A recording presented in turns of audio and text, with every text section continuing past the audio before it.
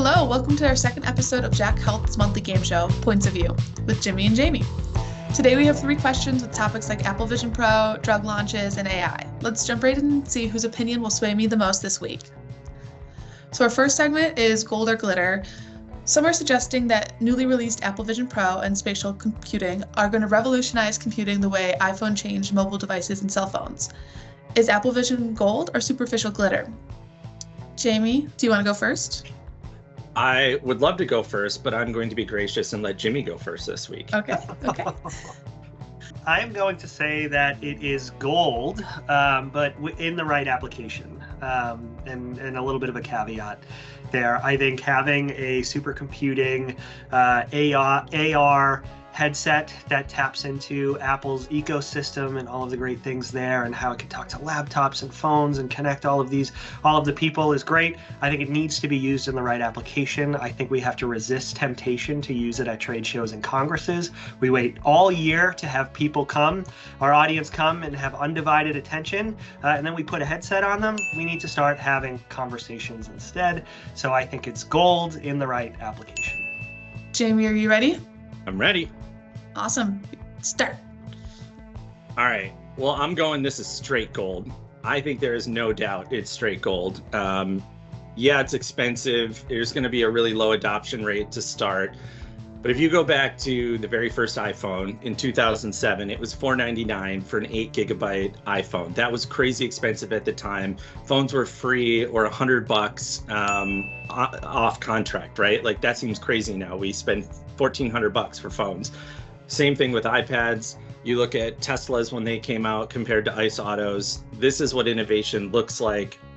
The truth of the thing is with the Vision Pro is Apple is not trying to compete with the Meta Oculus. This is not a gaming device. They are trying to basically replace computing, right? So when they talk about this, you're going to hear them use the phrase spatial computing, and that's because they're going after eliminating the computer market. I think they're going to do it. Give it 5 years. I think in 5 years from now, I look forward to doing things like taking my doctor's appointments on there. So I think it's straight gold. Thank you, guys. For the record, I just used Siri to remind me in 5 years to come back and see where you are on that. Our second segment is Into the Crystal Ball, where we try the best to see into the future. There are a lot of big drug and biologic releases coming in 2024. Which product or therapeutic area do you think is going to make the biggest splash? Jamey, do you want to go first? Sure, I'd love to. And your time begins now. Awesome. Well, this isn't quite looking into the future, it's slightly looking back, but I'm most excited to see what happens with the sickle cell gene therapies. Both Vertex and Bluebird Bio have released them. Sickle cell is, as many people know, it's extremely painful. The vaso-occlusive events in hospital result in hospitalization. Unfortunately, a lot of mistreatment within the healthcare system. There have been some good innovation within the space, but it's been lacking for a very long time. There's not been cures. Stem cell transplants were kind of an option for certain people under certain circumstances, but a lot of people didn't have donors. These treatments now are reducing these VOE events in patients by 90% or more. Extremely exciting data. In both instances, patients are going to be the winners here. I'm super excited to watch this data. The thing to watch will be, are patients going to have access to these therapies? So that's what I'll be looking forward to this year. Jamey, ready, go. Super. So the space that I'm watching most closely is hereditary angioedema. When I first got into the agency world, into the healthcare marketing world, my first drug launch was Firazyr with Shire, which completely revolutionized the game in the way that it delivered the medicine for patients, making sure that they had it on them at all times. And the drugs have only gotten better since then. I know Takeda is releasing some incredible data.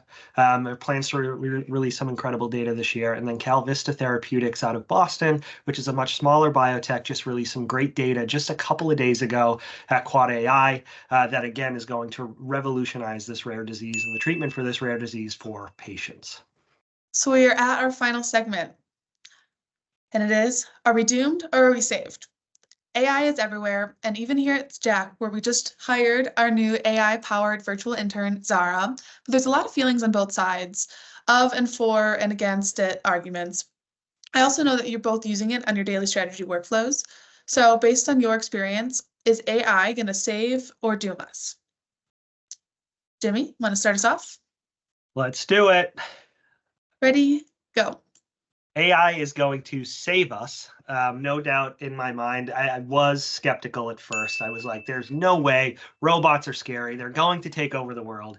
But over the course of the past couple of months, actually digging into the AI tools, seeing how quickly it impacts my day and saves me some time, which is the most important thing. Right now, I'm using AI to get smarter faster and really dig into some of the complex client problems, as well as streamlining my own writing. I think there's something that I can learn from augmented reality, artificial intelligence. I think there's a lot that I can learn from artificial intelligence in even just making my own output more efficient.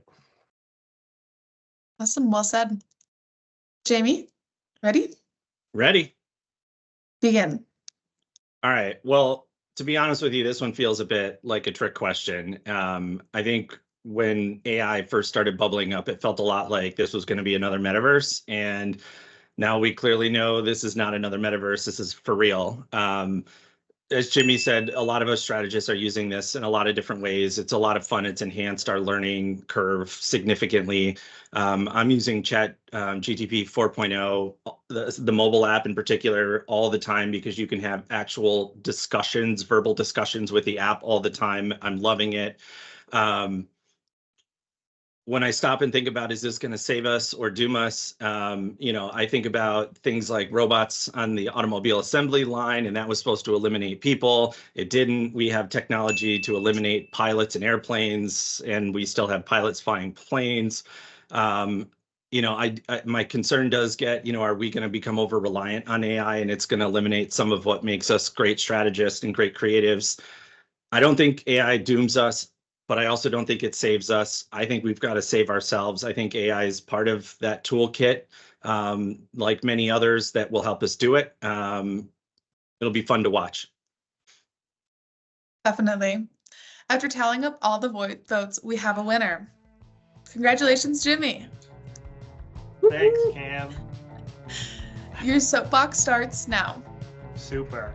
So I'm going to use my soapbox to talk a little bit about a piece of content that I've been watching lately, that I've been consuming. Have either of you watched Shogun yet on FX? Oh my gosh, it's so good. It's the show about Japanese samurais, Japanese shogun. About 70% of the dialogue is in Japanese. I'm sitting there watching subtitles. The first 2 episodes dropped last week. My wife and I watched it last night, sitting there reading subtitles, completely enthralled by the content. I highly, highly recommend Shogun. I heard the book was even better than the show, but check it out. Awesome. I will definitely check it out. Thank you both for joining, and that's all for today. So come back next month and you'll see the next episode of Points of View with Jack Health. See you then.